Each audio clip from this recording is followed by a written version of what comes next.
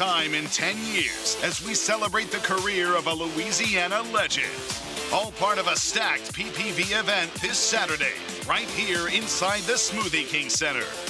We kick things off in the lightweight division with a young, hungry Mexican contender who's back after lighting up the sphere at Noche UFC with one of the best fights of the year. Now he aims to add the biggest name of his career to his growing resume.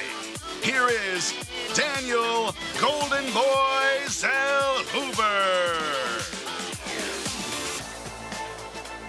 And his opponent, a fan favorite who's been bringing the heat since making his UFC debut in 2010. Coming off a knockout of the year contender his last time out, please welcome Michael the Menace Johnson.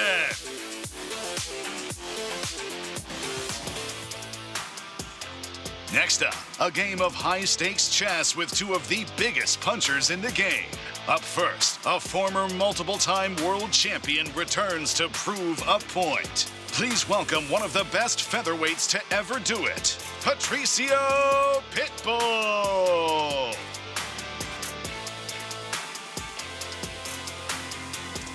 Standing across from him, a battle-tested warrior who can shut your lights off in a blink. 3 of his last 4 wins have come by KO, and he's looking to add another highlight to his reel. Get your bonus money ready for Dan 50K Ige.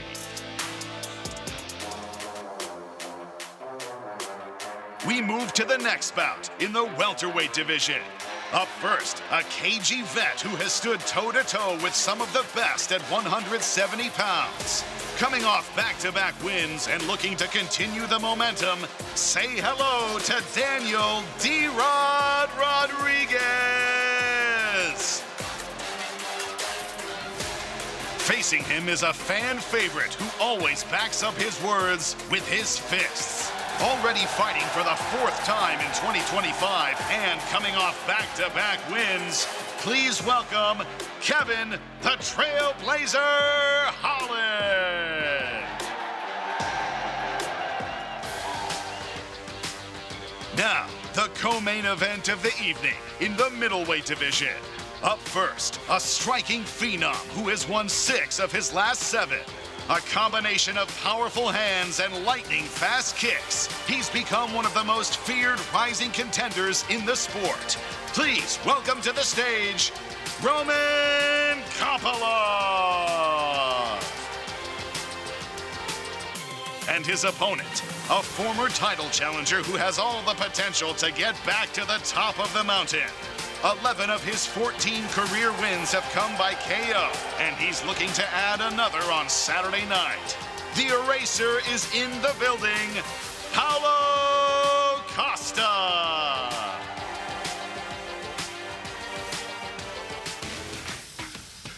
And finally, our lightweight main event. The BMF title is on the line as a legendary career comes to an end. First up, a legend of the sport who brought this fight card to his home state of Louisiana. He has one of the most decorated careers in UFC lightweight history, with wins over the likes of Conor McGregor, Justin Gaethje, Max Holloway, and Anthony Pettis. Now he makes his final walk in the same city that his journey began in 2009. Ladies and gentlemen, please put your hands together one last time for the pride of Louisiana, Dustin the Diamond Poirier!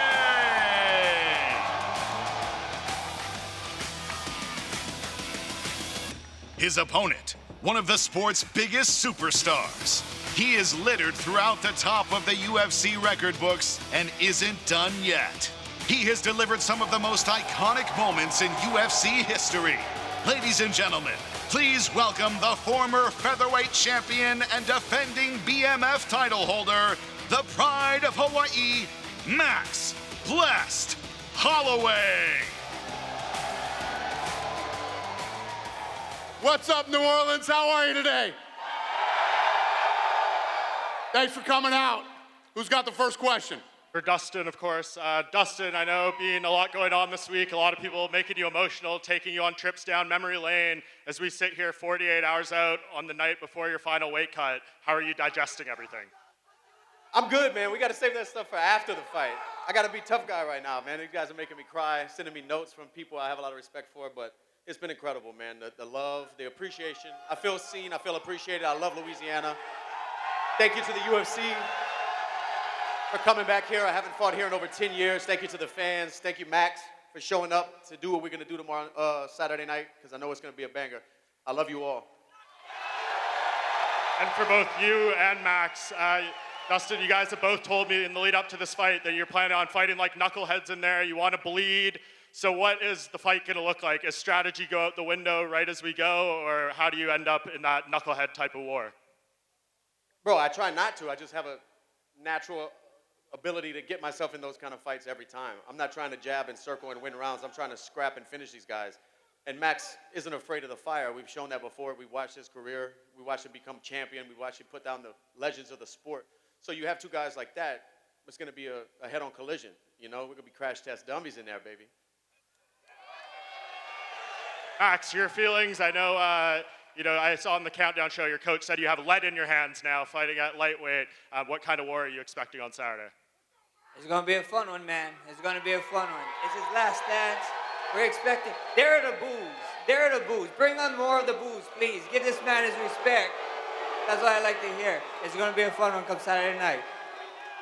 And for both of you guys as well, it's been a bit of a tradition now with someone wrapping the belt around the BMF winner. It was Masvidal, Mark Coleman. Who would each of you like to wrap that belt around your waist if you get the victory on Saturday night? Yeah, let Weezy do it. Max, would you want that as well? I'm not going to disagree with that. And just lastly for you, Dustin, I know you use your platform a lot for your Good Fight Foundation, everything for your last fight here. What are you doing to kind of give back to close out your MMA career? Yeah, I'm going to auction off everything I wear Saturday night, again, for our next goal. But currently, right now, we just got finished. It's grown to where I don't even have to be there right now. I have such a strong team and community of friends, family.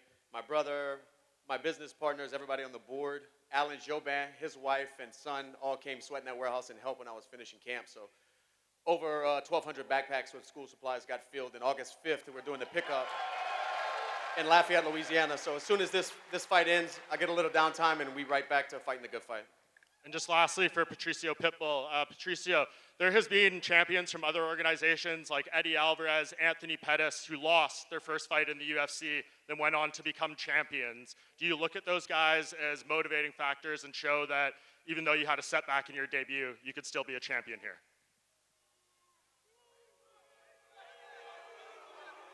Yes, I believe in myself. I believe I will realize my dream, and I want to be the UFC champion day.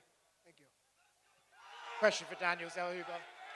Daniel, Michael Johnson loves getting into brawls and getting into firefights. Do you have to steer clear of that, or are you willing to meet him in the middle and trade off? Yeah. Are you willing to brawl with Michael Johnson? Oh, could you repeat the question? Sorry, brother. Are you willing to brawl with Michael Johnson, or are you going to try and keep this fight more technical? Oh, no. I'm here to knock him out in one round, bro. Ah, you lying ass motherfucker.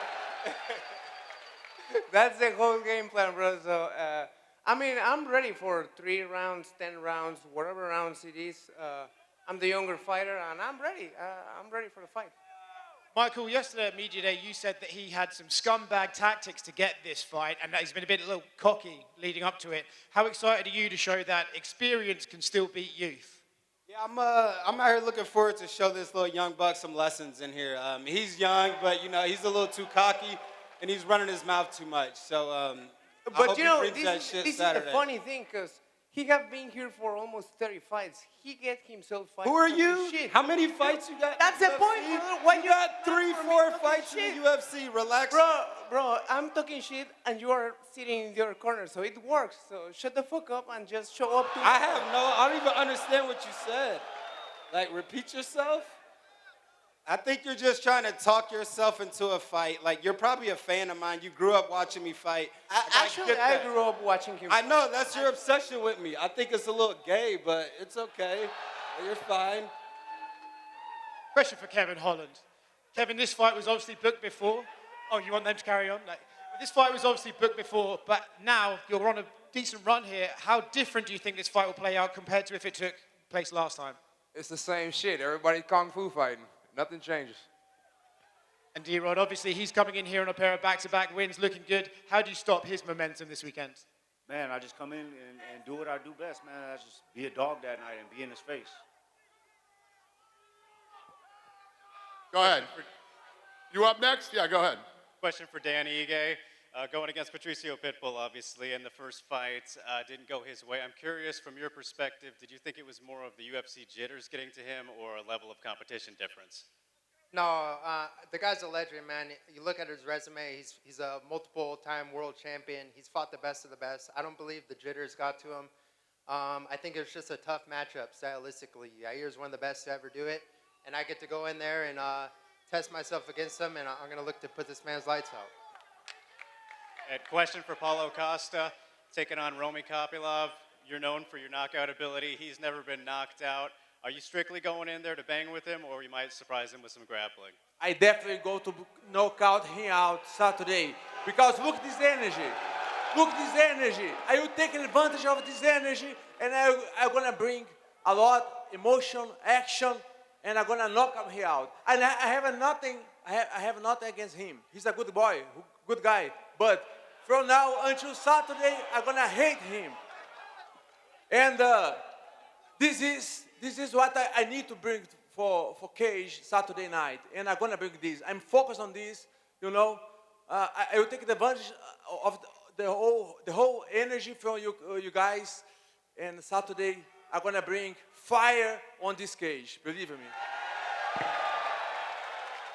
A question for Dana.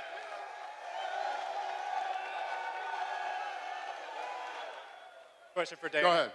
Got to put you on the spot a little bit. You know, we're here for the Diamond, Dustin Poirier. Do you have a favorite moment throughout Dustin's career? Well, I've been talking about this all week. I mean, if you look at his last 11 fights, he's fought all killers. Like 7 of them were all held titles. And, you know, Dustin's been very important to this company. And that's why. I mean, he wanted to do this fight here. We made sure it happened. And a couple things I want to say. I want to thank the governor, who's been incredible to us. Really has been incredible to us in setting up this fight. And Caesar's Palace, New Orleans, too. Thank you, guys. We appreciate everything that you've done for us. And yes, we love Dustin. Who's got the next question? Question for the Diamond. Dustin, the fans here love you, not just because you're a great fighter, but because you're a great person. You've had so many memories in Louisiana. What's your best memory with the fans here at home? Man, I remember 2008. I fought right here across the street in the Superdome. Rich Clementi's from around this area. I don't know if a lot of you know Rich, but he's a pioneer of mixed martial arts. He was in the UFC forever. He's a Louisiana legend in mixed martial arts, and he put on a show with a car company. They did a car show and set up a cage in the middle of the Superdome. I don't know if it's ever been done before or after, but in 2008, I was one of the first people to fight in the Superdome in mixed martial arts, so I'm proud of that, man. That's a good memory in Louisiana. And question for Dan Ige. Dan, at UFC 308, you and Max Holloway had a tough night. How important is it to get revenge for Hawaii on Saturday night? We get to right our wrongs, you know, not all that stuff's in the past. You know, we're here now, we're prepared, we're going to put on a great show for all you guys. And question for Patricio Pitbull. Real MMA fans know how exciting of a fighter you are. For the people who saw you had a tough night in April, how important is it for you to show us who you really are and why the MMA community loves you? Always bring a violent fight, and I am going to put fire in this cage.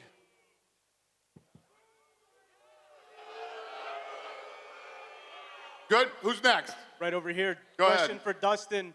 Dustin, the media sometimes talks about the fact that you haven't conquered that undisputed gold, but in this sport, accolades don't mean everything. And there's been 178 UFC champions, but only one diamond. Only one guy from Lafayette, Louisiana, who's been fighting the best of the best for the past 20 years. How proud are you of that legacy, what you've done and the name you made for yourself over the past 20 years? How proud does that make you? And also the lives that you touched while doing it. Yeah, that stuff, helping out with the community and doing things like that, that's more than fighting to me. That means more than fighting. But I'm content. I'm happy. I was a kid chasing a dream and turned this into a life for my family. And, you know, I've had some ups and downs in my career. I've had a lot of high moments, and I'm really thankful for the journey. It's given me everything I have. It's taught me so much about myself. But the question you have to ask is, when I look in the mirror, it's like, what's more important? What I attain on the journey or the person I become on the journey? And I'm content with the person I see in the mirror, man. I'm thankful, I'm grateful, and I'm in a good spot. So all of this built me into that. Titles are great. Titles are great. But this experience is worth more than that. Question for Paulo Costa. Paulo, over here. Yes, I see you. You've got one Russian across from you this weekend. Paulo, you've got one Russian across from you this weekend. You've talked more specifically, you've got unfinished business with another Russian, more specifically from Chechnya. If he's tuning in this weekend, what's your message to Khamzat Chimaev? Yes, you guys know about that already. Everybody knows about that. We have a, mutual hate. After this fight, I'm going to send a message for him. But until there, you need to wait to watch. And because my focus right now is on this guy. So I need to focus on him. But, of course, I have a plan after that. And I have unfinished business with Gourmet Chechen, Chimaev. And, yes, I'm going to face him sooner or later. And one more for Max Holloway. Max, you had the opportunity to play spoiler against the Korean Zombie. You said, listen, I want people to boo me. If this was a Hawaiian crowd and somebody was fighting me, they'd be booing them out of the arena. So you got the audience here. What's something that you could possibly say to fire these guys up to get you to boo you this weekend? They don't need no firing up. This is exactly what I expected, and I'm thankful for them, Give this man, he's a hometown hero, guys. Give this man his respect. Keep booing my ass. Hey, Dustin said this. Gumbo sucks. Hey, Gumbo sucks, guys. Who's next? Go ahead. My question is for Roman Kopylov. А теперь по-русски, Роман. Мы знаем тебя как скромного, тихого парня. Обычная история учит, что к таким парням нужно относиться настороженно и их опасаться. К чему готовится Костя? Всех приветствую. Hold on a second, Roman. Question for Roman Kopylov. Everybody knows you as a very shy, humble guy, very quiet. And usually, as history shows, that this type of person should be worried about. Should Costa start worrying about you being so humble and quiet? Go ahead, Roman. Да, друзья, я всех приветствую. Очень рад быть в главном событии. Пауло очень интересные вещи говорит, которые я слышу на протяжении своей карьеры. Это меня мотивирует. Я думаю, мы устроим отличный бой. Я надеюсь, что он в лучшей форме. Потому что я тоже охочусь за нокаутом. Thank you very much for the opportunity. I'm super glad to be in co-main event. And you know what? Paula says a lot of stuff. I've been watching him his career. He says a lot of interesting stuff, and I'm ready. I hope he's ready as well. Hopefully we'll show an exciting fight for everybody. That's it. Let's go! Let's go! Go ahead, sir. И еще вчера Пауло сказал, что он не собирается ставить на кон свой титул Best Looking Fighter, самый красивый боец, потому что он считает тебя некрасивым. Есть что ответить? Also, yesterday, Paula said that there's a virtual title that he holds, which is the most beautiful fighter in the UFC, but he ain't putting it on the line because he doesn't think you're that beautiful. What do you say about that? После боя посмотрим, может что-то изменится. We'll see after the fight. Maybe something will change. Good. Who's next? Go ahead, sir. My question is for Dustin. When you started your MMA career, did you ever envision that you would have the biggest artists from New Orleans, Wayne, and the beloved 2009 Super Bowl champion Saints behind you? And what kind of words of motivation have they given you? Nah, man, that was a dream. That was a dream. Not even when I started, even my first fight in the UFC, I walked out to Wayne. And my last fight, he's going to walk me out. That's crazy. That's crazy. That just shows you, if you chase your dreams, anything's possible. Anything's possible. I come from Lafayette, Louisiana. The lights of Vegas and fighting in the octagon seemed so far away, and I just kept chasing the dream, man. So motivation, discipline, you can make anything, you can move mountains. Go ahead, sir. My question is for Dustin. Dustin, what words do you have for the next generation of fighters that look to achieve the level of success that you've reached? Man, worries, I don't really have worries. It's just don't get caught up in the glitz and glamour. At the end of the day, what pays the bills, what makes things count is the hard work and the holding yourself accountable. If that doesn't get lost in how big this is getting, you know, fighters are going to still be cut from that cloth. But it is changing a little bit, you know. I'm excited because I'm such a fan of the sport. When I lay these gloves down Saturday night, I'm going to be in front of the TV every fight. Hopefully ESPN brings me back and I can continue to talk about the sport that's changed my life and taught me so much. We'll see. But things are definitely changing, man. Go ahead, sir. Dustin, you kind of talked about this a little bit yesterday, but how does your history against Max kind of play a role into your fight against him tomorrow? Will you take anything from your history against him into Saturday's fight? Bro, the only thing I can really take from the previous two is his output, his conditioning, his durability. We're different fighters every time. We're talking about 13 years, a trilogy that's spanning 13 years. We were kids at the beginning, more mature, more technical fighters, the second one. This time, you know, the guys we fought, the things he's done, became champion multiple times, and we're different fighters every time. So this is going to be who we are in this day and age, this moment on Saturday night. We'll see who's better. But they're all different fights. Good. All right. Thank you, guys. We're going to rip this stuff out of here and do the face-offs, and we'll see you Friday.